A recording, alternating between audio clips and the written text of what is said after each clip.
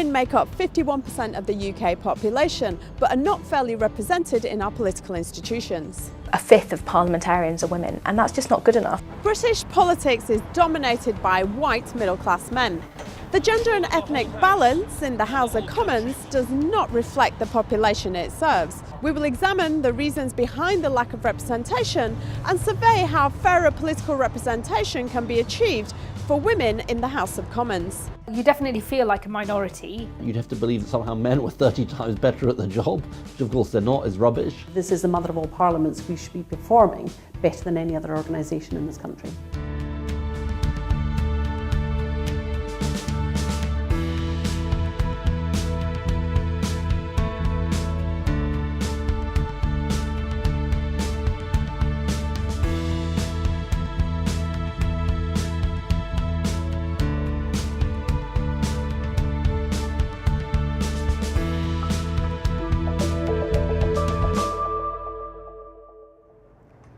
The spectacular Gothic Palace of Westminster behind me hosts the two Houses of Parliament of the United Kingdom.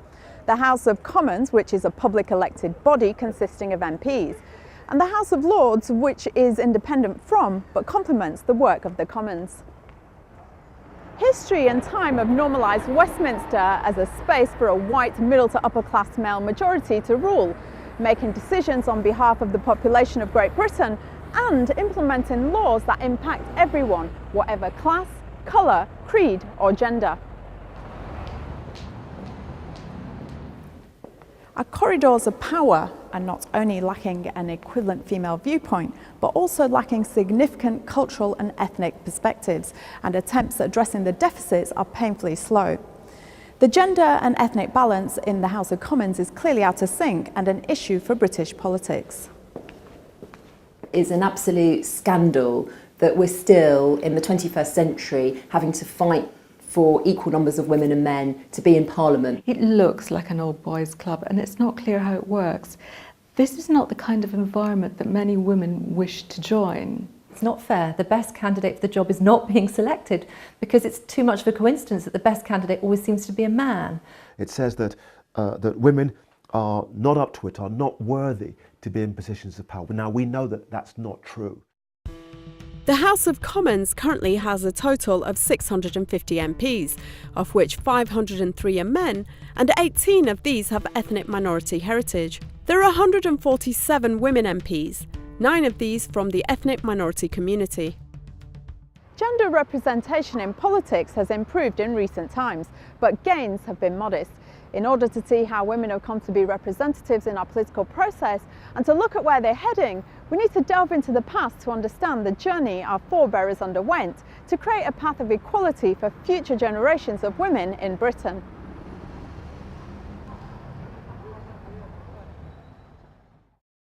Mari, there was a time when women had no rights regarding politics. So what was it that provoked them into taking action, into getting the right to vote, and what took so long?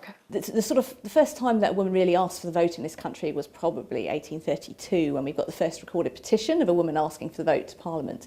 Women were excluded, along with the great majority of the population, from politics. And you get the first petition presented to Parliament from a large number of women that was presented to Parliament by John Stuart Mill in 1865. And for the first time, it gets debated properly in the House of Commons, and it fails, of course, but it encourages the women to go on. And many working class men could not vote. There was no point trying to really give it to women either.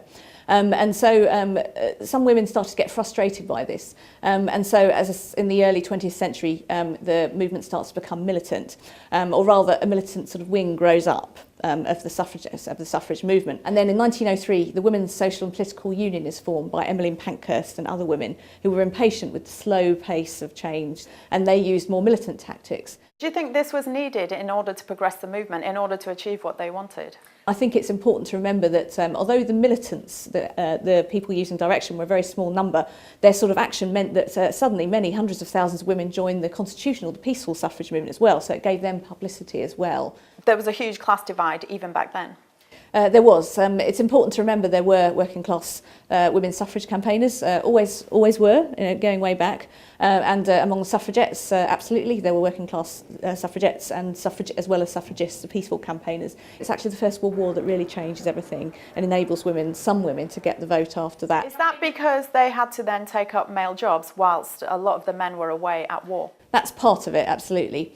The other reason that the war was important is because it meant that the working class men who still could not vote, it was something like 40% of men still could not vote by 1914, they really had to have the vote because they were the ones going off losing their lives in enormous numbers and fighting.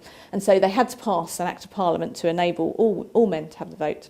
In 1918, you get women over the age of 30 who met minimum property qualifications being allowed to vote. Now, both those things are important. The age 30 is important because the reason for that was because if you'd given women the vote on the same terms as men, the women would have outnumbered the men because so many men died in the war, and that was not politically acceptable. Obviously, culturally it was different at that time, but there seems to have been a very huge fear factor around women entering into politics. Yes. So for the parliamentarians, of course, Parliament had always been a male space throughout the centuries. Now, women had been there on the fringes, but, in the tea rooms or watching from the ladies' gallery or watching, if you go back a couple of hundred years, women used to have to watch debates through a ventilator shaft in the ceiling so that men couldn't see that women were watching them. So women were there, but they were around the edges. And suddenly from 1918, you have the possibility that women might be there in the building. And there was a real resistance to this among some men. You get Nancy Astor, who was the first woman MP to take her seat. She was a real trailblazer, and she had to be because she was the only one. And so she had to walk into the House of Commons on day one as the only woman there. The contribution to the suffragette movement by minority women is virtually unknown. What role did they play, if any? There were certainly Indian suffragettes. There's a photograph in the Museum of London that shows a delegation of Indian women marching in coronation procession in 1911. There were other specific groups such as there was a Jewish League for Women's Suffrage as well, which was founded in 1912 and carried on campaigning for some years. So women were definitely there, minority women, but not always easy to find. Comparatively, life now, of course, is very different. Despite the gender deficit that still exists, the political process has developed markedly towards progression since 1918, when women first became eligible to be elected as MPs. The 70s saw further change, with a woman securing a position at the helm of British politics, Margaret Thatcher. She didn't really do very much to encourage women to follow her. She got to the top and then pulled the stepladder up behind her. She very much challenged the orthodoxy in terms of political thinking, not just by the nature of being a sort of strong female, was also part of her success. But she was a force of nature. You shouldn't underestimate the impact that she had just by being there, a woman at the very highest level in politics. I think Margaret Thatcher was a formidable and impressive woman, and I think she didn't particularly help women who were coming up behind her. She felt, I've done it on my own, you will have to too. The Queen has asked me to form a new administration, and I have accepted. It is, of course, the greatest honour that can come to any citizen in a democracy. No matter what the opinion on her leadership or politics, Margaret Thatcher was a woman who was first among equals in British politics. She held the position of Prime Minister from 1979 to 1990, having been re-elected for a second term in 1983, making her the longest-serving Prime Minister in the UK in the 20th century. Women, interestingly, make up almost 51% of the population, but representation in the House of Commons is less than that at 22%. Let's see how and why some of our current female MPs entered into politics. So I sort of grew up going leafleting, knocking on doors during election time, asking people to vote Labour. It was the kind of thing that I did at weekends. Well, I joined the Labour Party when I was about 15 because the local county council came to our school to talk about politics. And I find it quite interesting, the kind of work they were doing. But when I was in my teens, I started to get involved in a Conservative Party as an activist. I ended up getting involved actually myself in politics after I finished university. I came and worked in Parliament for an MP And I looked at the MPs and I thought, well, if they can do it, there's no reason why I couldn't do it. Because I was part of that perhaps generation who knew nothing about politics. My parents weren't into politics. I didn't study politics and wasn't even taught politics at school, was never mentioned. So it was only when I left university and with some friends who were involved in politics, I was lucky enough to get involved with them. My husband was a local campaigner. He first got elected, and that's when I got the bug. I'm of the age that I was very influenced when Mrs Thatcher became the first female Prime Minister. It kind of smashed that glass ceiling. I actually got into politics because of Margaret Thatcher for the alternative reason, which is that she made me incredibly angry. Women made up less than 5% of parliamentary MPs prior to 1987. But from the 1997 general election to the 2010 general election, the numbers had inflated and currently stand at 22%. What happened during this time that augmented numbers in a way previously unseen? A piece of legislation was passed in 2002 that it permits political parties, if they choose to adopt a quota. The Labour Party adopted all-women shortlists and it's used it ever since 2005, and it had also used it in 1997. The other parties so far have resisted that. I think that all-women shortlists came out of a feeling within the Labour Party that the Conservatives had an advantage amongst women voters. And that the only way they were going to win women's votes was if they had more women representatives. So they did it for political expediency. It wasn't because it was the right thing to do. The use of women's shortlists by the Labour Party since 1997 has been a really significant player in increasing the numbers of women. This political practice is now legal but remains extremely controversial and not accepted by all. So what's all the fuss about? Well, critics have deemed all women shortlists as inequitable, as they ignore the principle of competition and select candidates based on gender rather than merit. Although available to all the political parties, they are currently only used by the Labour Party.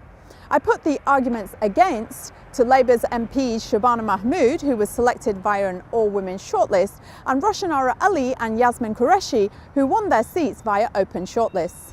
If you're really serious about change and making people change their attitudes, then sometimes you have to take a blunt instrument to it. And frankly, for people who think it could have just been done, that you could have had a third of the Parliamentary Labour Party as women just by, talking to people and convincing them that they should think about having a woman MP, you're living in cloud cuckoo land. I do understand some people may feel very hard done by it, but I don't accept the fact that you get a lower quality of candidates from an all-women's shortlist. No, I don't accept that.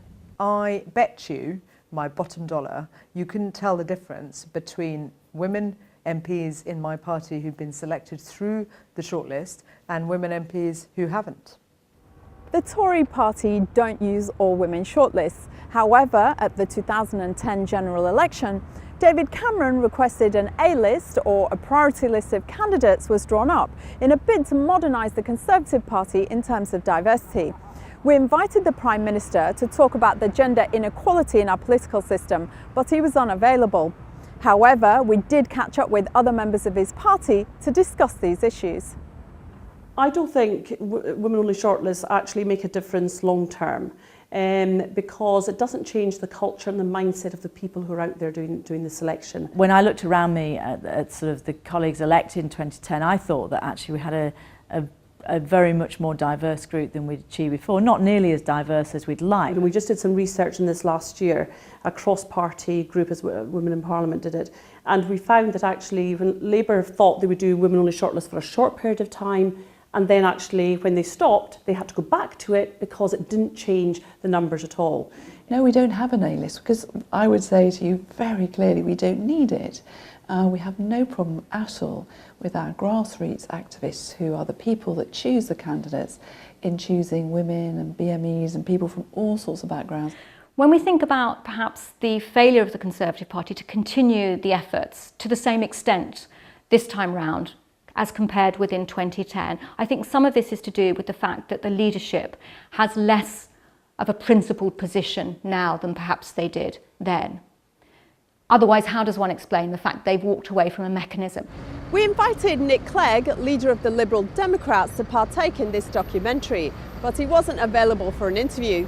Although his party doesn't use all-women shortlists, It has been reported in the press recently that Nick Clegg has backed this political practice, but says will only implement it if the number of women falls at the upcoming general election. I met with women Lib Dem party members to determine their thoughts on this issue. Personally, I'm in favour of all women shortlists. I know that's often not a very popular stance to take, but I get very frustrated. We still only have a fifth of parliamentarians are women, and that's just not good enough. Speaking personally, yes, I like the idea of all women shortlists. I can't persuade my party. One of the problems with all women shortlists is that the local parties which are forced to have an all women shortlist often resent the MP. And I have friends who were Labour MPs chosen through all women shortlists, and sometimes it was fine, but others said there was this continuing resentment just bubbling underneath the surface. And also as Liberals, we say we don't want any person to feel that they've got a particular leg up. It should be done on their own ability. The recent row in Cannon Valley, Wales has demonstrated that there's some division within your party with regards all women shortlists. Does this hinder, incidents like these, hinder your progress, your efforts in trying to readdress the balance within your party when it comes to gender? Well, I'm really determined that we go through with all women shortlists. They were controversial when we first introduced them in 1997. Sometimes they're controversial today, but they're generally less controversial than they were. We've got a third of our Parliamentary Labour Party who are women, but that's not enough. We want to get to 50% women. That's when, that's the only point at which we'll rest in terms of our battle to get greater equality in terms of gender representation. So we're not there yet. We're doing better than other parties, but we've got a long way to go, and we're going to keep going. And what about the disparity, the slight unhappiness with certain members of your party who don't want to use all women shortlists? Occasionally you get people who are more sceptical about them, but actually overall across our party it's widely accepted that this is the right thing to do. I often say that when Harriet Harman, my deputy, came into Parliament, I think it was 3% of Parliament were women. And so that, to believe that that was fair, you'd have to believe that somehow men were 30 times better at the job, which of course they're not, is rubbish. And so we've got to have fair representation. We've got to look like the country we seek to serve, and that's why we'll press ahead. And I think that's widely supported in the Labour Party. Within both the Liberal Democrats and the Conservatives, there's been a big internal debate about this. No one really wants all women shortlists, but actually, if you want to bring about change, you kind of got to use them. A YouGov poll conducted for The Times last summer found 56% of the British public were opposed to the principle of women-only shortlists. Are you in favour of all women shortlists? Not really, because I think it's a bit hypocritical on the other side. So instead of kind of just being men, now it's going to be purely women. I think it should be an adequate balance. I don't think I am in favour of all women shortlists or any kind of positive discrimination, because the problem with that is you don't necessarily get the best people representing you. I don't know how someone on that shortlist will feel if it might belittle their achievements. I think that's a tricky question to answer because I can see both sides of the equation. If you're going to hire someone for a role, you should try and find the best person for that role. Are critics justified in claiming that all women shortlists give the girls an easy ride and not meritocratic? Well, the main political parties are clearly divided. More than half of the general public is opposed. However, what do academics and campaigners for a fairer political system have to say?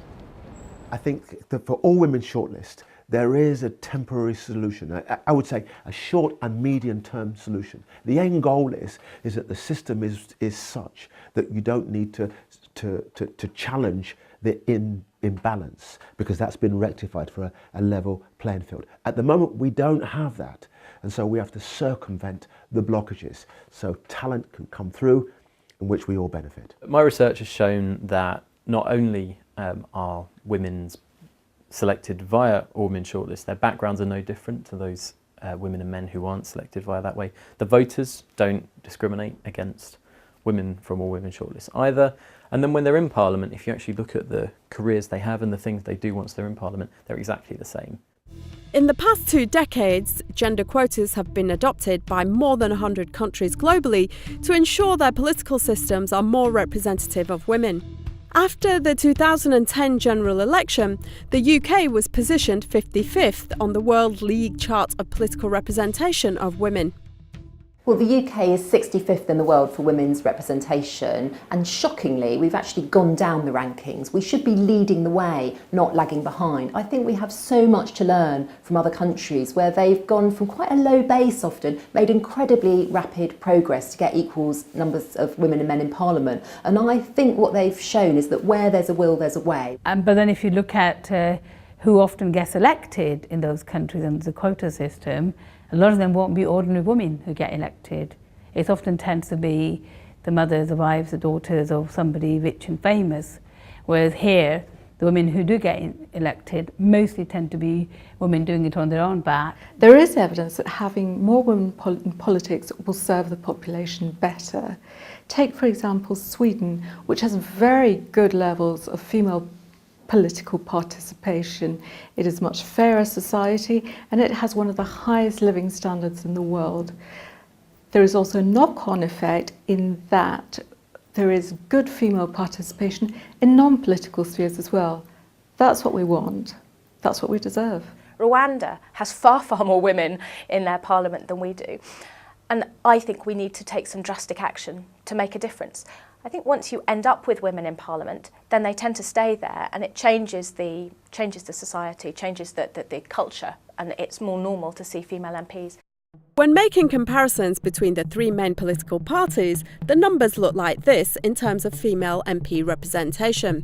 The Labour Party leads the way with 33.5%. The Conservatives and the Lib Dems have 15.8% and 12.5% respectively.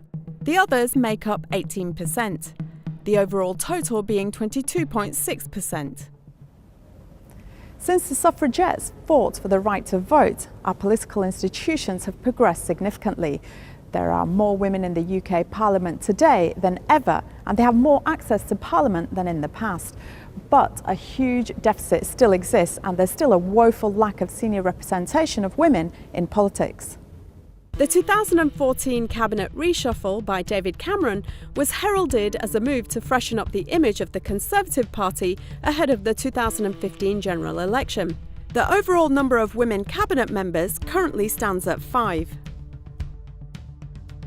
All members of the Conservative Party: Home Secretary Theresa May, Education Secretary Nicky Morgan, Environment Secretary Liz Truss, Interior Development Secretary Justine Greening, and Northern Ireland Secretary Theresa Villiers. Although not cabinet ministers, MP Esther McVeigh, Baroness Stowell of Beeston and Baroness Annalee of St John's also attend cabinet. The women are notably outnumbered by 17 men. Many critics said David Cameron could have done a lot more. You know, he's purported to have doubled the figure at that time he was boasting. But what can you say on that? Well, I don't think this government has done enough in terms of women's representation. I'm proud that over 40% of our shadow cabinet are women. But, you know, we've got to get to 50%.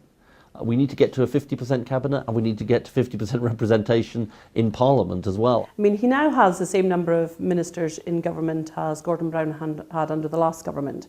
But remember, the Conservative Party and the Lib Dems, as a coalition, were starting from a much lower base of women. You can really run the risk of promoting people too soon and then they let themselves down. You know, I just think, you know, I will do all I can to make sure that the skills and abilities and the experience of the female MPs that we have are continually being promoted, so that actually they know what we can deliver and what we can bring to minister ranks and above.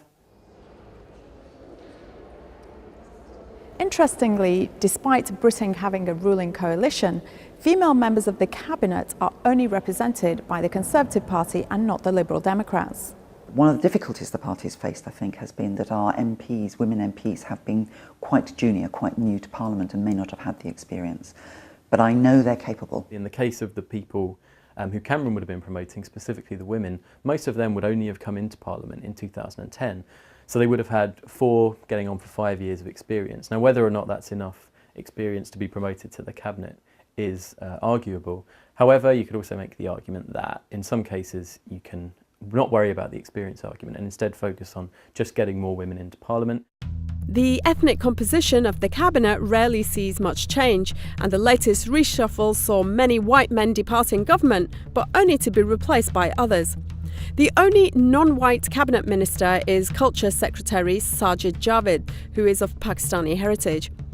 Although she resigned her position last year, Saeeda Warsi merits a special mention as being the first Muslim and ethnic minority woman to attend the cabinet.